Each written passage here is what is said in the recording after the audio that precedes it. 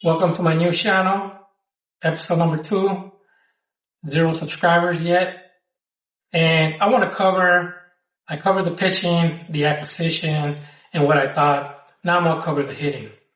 When it comes to the hitting, we could look at players that were subtracted and players that are going to get replaced in the lineup, or I believe they're going to get replaced.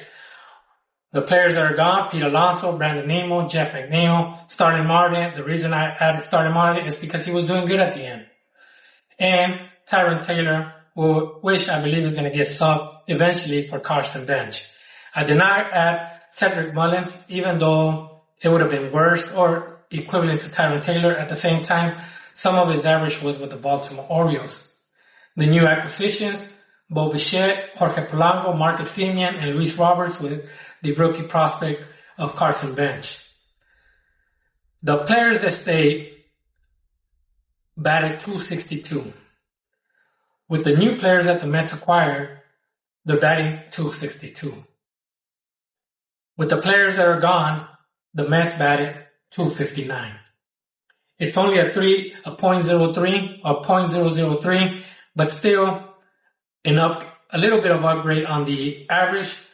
Not only that, stolen bases, we have 131 this year with the new acquisitions compared to 113 last year.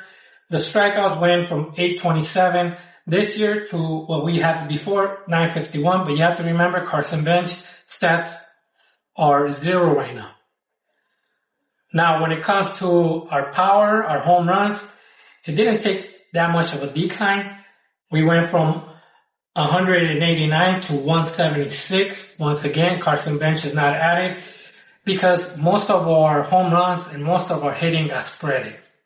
Our strikeouts, like I mentioned, or I believe I did not mention, our strikeouts, I did mention from 951 to 827, and that's including with Luis Roberts' acquisition. Before that, I used to like it: Bo Bichette, Jorge Polanco, and Marcus Semien. I believe all three under 100. As a matter of fact, the only three players with 100 strikeouts is Luis Roberts, Juan Soto, and Francisco Lindor. And prior to that, you could have added also Pete Alonso and Brandon Nimmo. Now, what do I think of the lineup? I believe it's the equivalent. Not a lot of pop, like I mentioned, but it's spread. What did I think David Stearns? Did I think they pivot, they panic, and so on? To be honest, prior to him becoming the general manager, we went all out. Steve Cohen tried to get Steven Matz. If people remember, we didn't get him. He went out. Yes, the same scenario with Kyle Tucker, I believe. He went out and tried to prove a point, and I believe he got Justin Verlander. Not only that, we had Max Swisher, and we didn't succeed. What was the plan? Observe the salaries, the contract, and try to get prospects. Chris Pasek was another additional that was gone. Once David Stern came here, he tried to put his print on it, and I believe it backfired. Even though it was good as a Mets fan that we were competing, we made the playoffs, and it gave us that hope. But I believe that the plan was probably keep on rebuilding, trade Pete Alonso, which was going to be a free agent at that time, Sean Manaea, and other players. All of a sudden, we're competing. Pete Alonso hit that home run. We made it to the playoffs. We beat the Brewers, and we had to keep players. We had to trade a little bit of prospects to be competitive with relief pitching and so on. Like I said, I believe it backfired. I think the plan was to keep on rebuilding 2 to 3 years. Even Steve Cohen mentioned that. That took 2 years of delay. Not only because we made the playoffs, but now we are seen as a team that could make it. We signed Pete Alonso. We signed other players: Sean Manaea, Frankie Montas, and we were going to make the playoffs. And we traded other prospects for relief pitching. Soto, Rogers, Halsey, just to name a few players that we acquired, including Cedric Mullins. I believe that it took a pause. We let our players, our homegrown players go this year, and Mets fans reacted. So we can't do this, what I was hoping, a rebuild. But we try to get Kyle Tucker, the tweet heard around the Mets organization or fan base. If you see smoke, Kyle Tucker signed with the Dodgers. Next thing you know, Bichette, which according to rumors, they were already talking to him during winter meetings. We traded for Luis Roberts. We were trying to trade for him prior to that. Freddie Peralta, which is common sense. David Stearns, Brewer, bring him in. We have Devin Williams. And I believe we have another Brewer player. Oh, and also, what's his full name? I get him confused. Tobias Myers. But I forgot the other player. I believe we have another Brewer player. Don't quote me on that. But Freddie Peralta, I feel like he's going to feel partially at home. I believe this team has upgraded the starting rotation, I'm not going to say it's equivalent. Yes, we did some subtraction on the closing role, but overall the pitching I like. We cannot talk about Soto, Rogers, and Housey because there were mid-season acquisitions. But like I said, this video is about the hitting. I do like the hitting. I do have the lineup with Lindor, Soto, Bichette, and Polanco as the 1 through 4. And then after that, it's either Simeon or Roberts. It depends who heats up.